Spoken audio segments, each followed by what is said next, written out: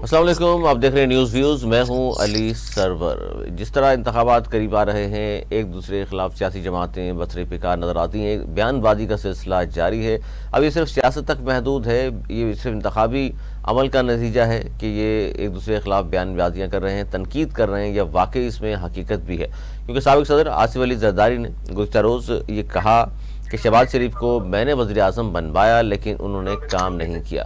साथ ही साथ उन्होंने ये भी कहा कि साबका हुकूमत ने कोई भी काम नहीं किया, यानी 16 माह की जो हुकूमत थी उसमें मेन कमांड जो थी वो नून लीग के पास थी। शहबाज शरीफ वज़ीर आज़म थे और अहम वजारतें नून लीग के पास ही थी, लेकिन उन्होंने काम नहीं किया। यानी उन्हें आसिफ अली जरदारी साहब को भी मायूस किया है, जिस तरह आवाम को मायूस किया।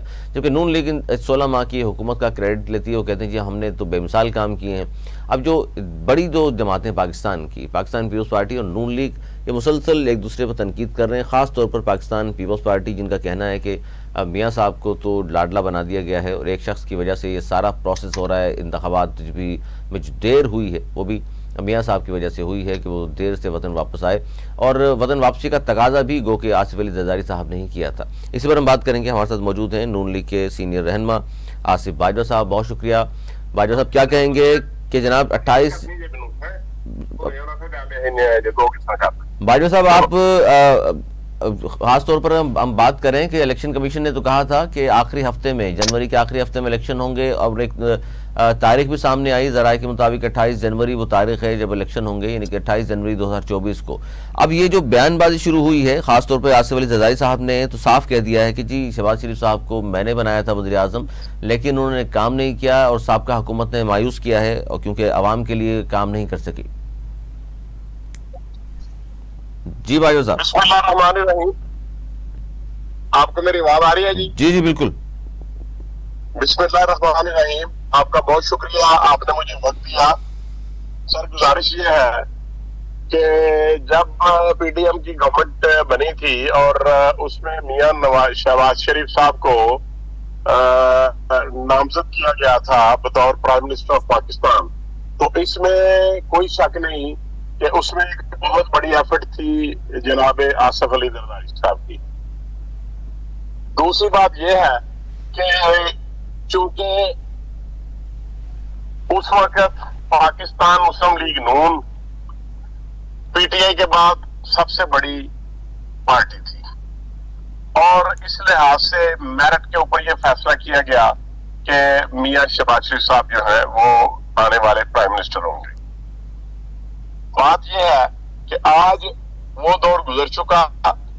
फिर उसके बाद पाकिस्तान मुस्लिम लीग नून ने जरदारी साहब के बेटे को वजीर खारजा बनवाया, और उनके दीगर जो मामला तय हुए, दीगर उनको वजारतें भी दी गई।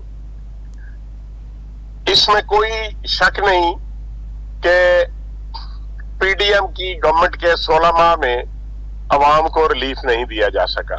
तो इसका मतलब सही कहा ना जरदारी साहब ने, इसका मतलब दुरुस्त कहा कि साबिक़ हुकूमत जो है उन्होंने कोई काम नहीं किया और शहबाज शरीफ साहब ने मायूस किया। उन्होंने, मैं अर्ज किया सर मुझे तो उस तरफ जाने दें।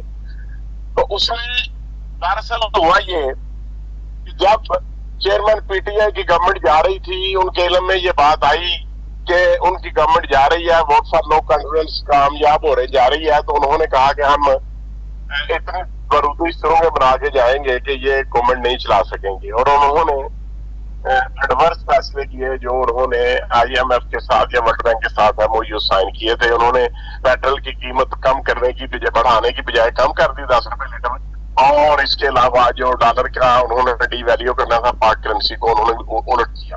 तो आवाम को फायदा दिया, इसमें नुकसान क्या है सर? मैं उधर ही जा रहा हूँ सर। आवाम को फायदा अगर दे दिया है जाते जाते उन्होंने 10 रुपए कम करके, तो इसमें आवाम के लिए तो बेहतर कर दिया उन्होंने।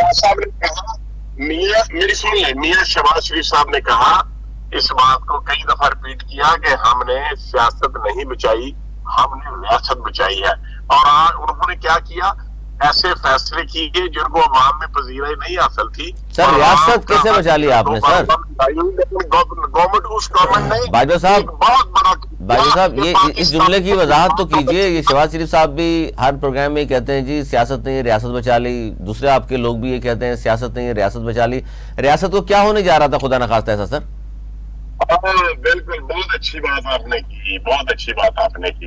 रियासत को ये होने जा रहा था कि यहाँ पर बिल्कुल टोटल जो पेट्रोल है वो 1000 रुपये लीटर भी नहीं मिलना था, मेडिसिन नहीं मिलनी थी, पाकिस्तान ने डिफॉल्ट कर जाना था और पाकिस्तान की इंपोर्ट एक्सपोर्ट हर चीज जो है वो ब्रेक लग जानी थी और आज लोगों को वो मसाइल होने थे जिनका दुनिया में आप सर ये इस तरह की गुफ्तगू आप में इतने सीनियर आदमी हैं बगैर शवाहिद के कर रहे हैं। जब वो गए जिनको बोल रहे हैं आप रियासत को तबाह बर्बाद करने पे तुले हुए थे, डिफॉल्ट करने वाला था, 17 अरब डॉलर मौजूद थे स्टेट बैंक के पास, जीडीपी 6.1 था, आप कह रहे हैं वो तबाह बर्बाद कर रहे थे।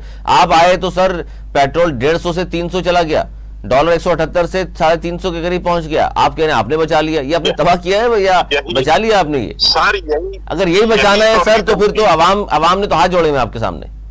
नहीं, अवाम ने हाथ नहीं जोड़े हुए, अवाम हमारे साथ खुश है। अवाम को पता है कि पाकिस्तान को इन मुश्किलात में चेयरमैन पीटीए ने डाला और उन्होंने ऐसे इकदाम किए। और सर मैं हैरान हूँ इस बात पे, ये कोई बात भाई साहब को समझ में आने वाली तो बात करें कि 150 रुपए की चीज 300 में मिल रही हो, 150 वाले को आप कहें कि वो तबाह बर्बाद कर रहा था, हमें देखें जनाब 300 में कर दिया है, कितने बेहतरीन काम कर दिया।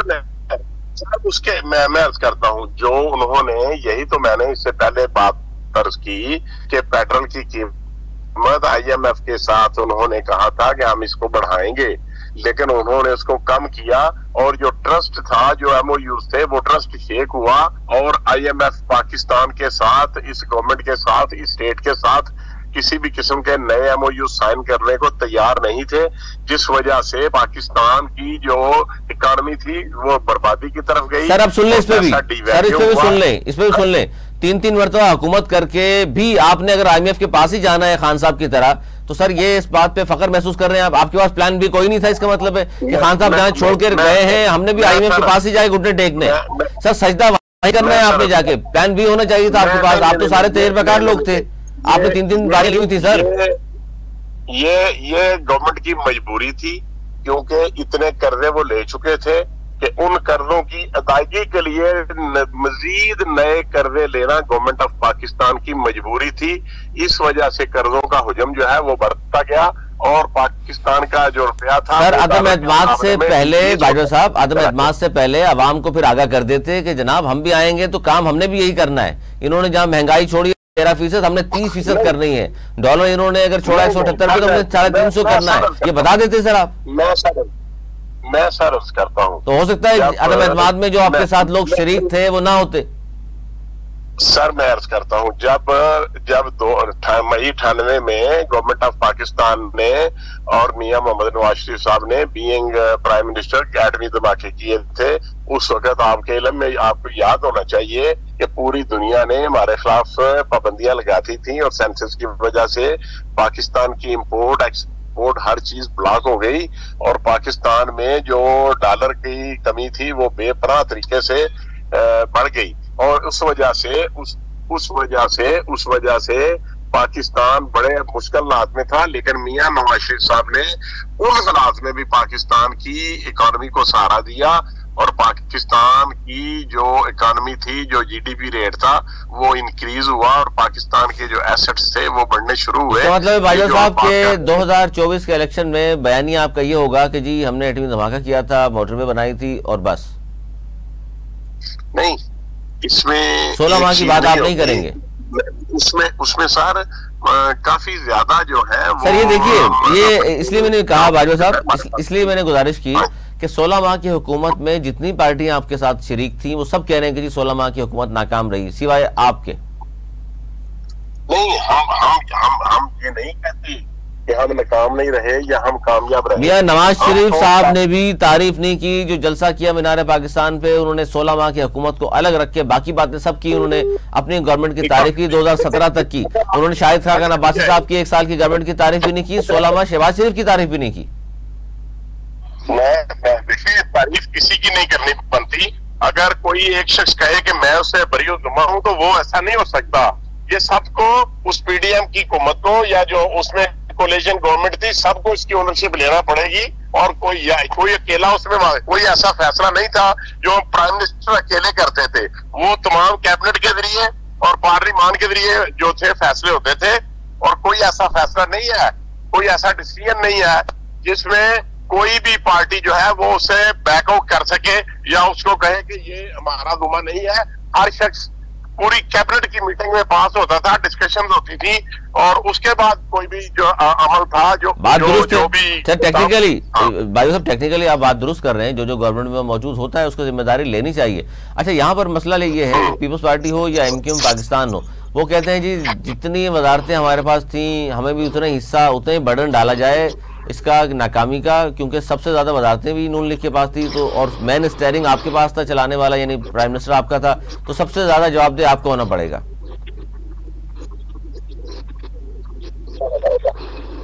देखिए, इसमें कोई शक नहीं, आपने बात ये सही की कि सबको ओनरशिप को लेनी पड़ेगी, लेकिन अगर कोई शख्स वो कहे कि मैं इस नेगेटिव या पॉजिटिव की ओनरशिप नहीं लेता, तो अवाम भी समझते हैं और आप जैसे जो मीडिया पर्सन हैं, जो एंकर्स हैं, जो आपकी तरह के लोग हैं, रिपोर्टिंग करते हैं, ये सबको पता है कि किस वजह से क्या इकदाम उठाने पड़े। और आप ये नहीं कह सकते कि कोई ऐसा फैसला किया जो अकेले प्राइम मिनिस्टर ने कर दिया हो, क्योंकि ना तो कानून और आईन इख्तियार देता है, सारे काम कैबिनेट के जरिए होते हैं। और अगर आसिफ जरदारी साहब ये बयान फरमाते हैं कि हुकूमत नाकाम थी, तो उसमें हिस्सा बराबर जुस्सा, जितना उनका हिस्सा था वो भी उसमें बराबर के हिस्सेदार हैं। लेकिन चूंकि अपकमिंग इलेक्शन आने वाले हैं और उन इलेक्शन में आने की वजह से आसिफ जरदारी साहब अपना एक बयानिया बनाने की कोशिश कर रहे हैं। अच्छा। और मैं ये समझता हूँ कि पाकिस्तान के अवाम अच्छी तरह समझ सकते हैं और समझते हैं कि किस किस शख्स का कितना कितना किरदार है। तो हम इस बात पे एग्री करते हैं कि जिस किस्म की अवाम को तवक्को थी उसके ऊपर हम पूरा नहीं उतरे। चलिए आगे बढ़ते हैं सर। जिम्मेदारी ठीक है, उसने बरी जुबान नहीं है। सही बात है आपकी, बिल्कुल सही है। कोई भी बरी नहीं हो सकता। जो हुकूमत में शामिल था उनको बात माननी पड़ेगी, बताना पड़ेगा कि जी हम भी इतने जिम्मेदार हैं जितना कोई और पार्टी। अच्छा, अब इस वक्त सर हम बात करें इलेक्शन के हवाले से, तो अब हमने देखा कि पीटीआई के कुछ लोगों ने जाकर के सीनियर लीडरशिप ने फजल रहमान साहब से मुलाकात की। इसी तरह दीगर सियासी जमातें भी, और इंडिया दिया पीटीआई वालों ने, और सियासी जमातों से भी उनकी बात होगी। और सियासी जो प्रोसेस है उसमें होना भी ये चाहिए जमहूरी दौर में, तमाम सियासी जमातें एक दूसरे से बात करें, दरवाजे बंद न करें। तो क्या नून लीग और पीटीआई की भी लोगों के दरमियान में रिलेशनशिप बहाल हो सकता है, बातचीत हो सकती है, या आप समझते हैं कि दरवाजे बंद किए नून लीग ने, कोई बात नहीं होगी?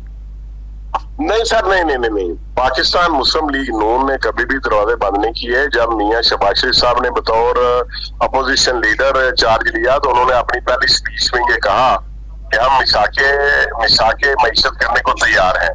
उसके बाद जब वो बतौर प्राइम मिनिस्टर उन्होंने वो किया तो सबसे पहले उन्होंने ऑल पार्टीज कॉन्फ्रेंस तलब की और पीटीआई को भी दावतनामा दिया गया। पहले चेयरमैन पीटीआई ने कहा कि हम आएंगे, फिर उन्होंने कहा मैं नहीं आऊंगा, मेरा डेलीगेशन आएगा। लेकिन उसके बाद वो बैकआउट करके, और वो कहते थे ये चोर है, ये डाकुआ, मैं इनसे हाथ नहीं मिला सकता। बिल्कुल। और वो आखिर वक्त तक इसी बात पर अड़े रहे।